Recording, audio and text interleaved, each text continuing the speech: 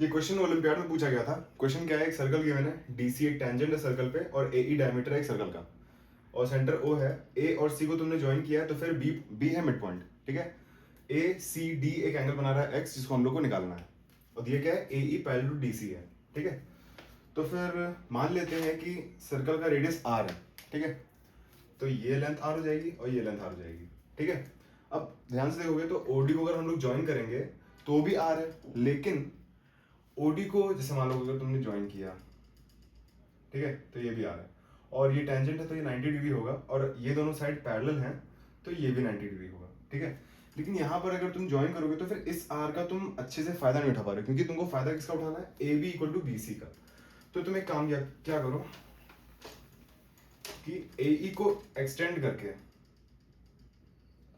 सी से एक perpendicular drop करो, और जब सी से तुम परपेंडिकुलर ड्रॉप करोगे तो ये 90 डिग्री हो जाएगा, ये 90 है, 90 90, तो ये भी 90 हो जाएगा, यानी कि रेक्टेंगल बन जाएगा। और रेक्टेंगल की खूबियत क्या होती है, उसकी अपोजिट साइड्स इक्वल होती है, यानी कि ये आर है तो ये भी आर हो जाएगी, ठीक है।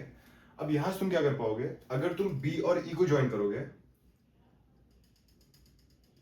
तो ये जो एंगल है ये 90 डिग्री होगा, क्योंकि एंगल सबटेंडेड बाय ए डायमीटर, ठीक है, वो 90 डिग्री सबटेंड करता है। क्यों? क्योंकि यहाँ पर 180 और इसका आधा 90, ठीक है।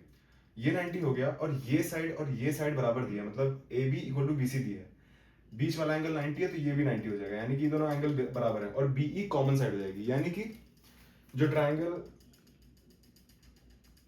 ए बी ई है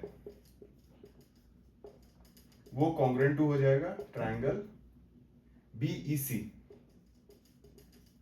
ठीक है। जिसकी वजह से अगर ये x है तो इसको हम लोग x बोल सकते हैं, क्योंकि A E parallel to D C है।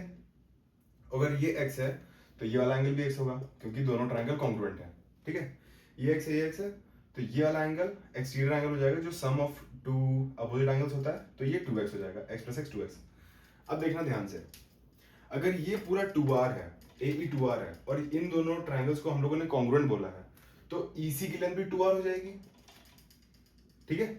ये लेंथ पूरी 2r हो जाएगी, बीच का एंगल 2x है, और ये हाइट क्या थी, r थी, यानी कि अगर तुम यहां से sin 2x लिखोगे तो वो क्या होगा, r अपॉन 2r, जो कि होगा 1/2, जो कि होता है sin 30 डिग्री, यानी कि 2x इक्वल टू 30 डिग्री, जिससे हम लोग को मिल जाएगी x की वैल्यू।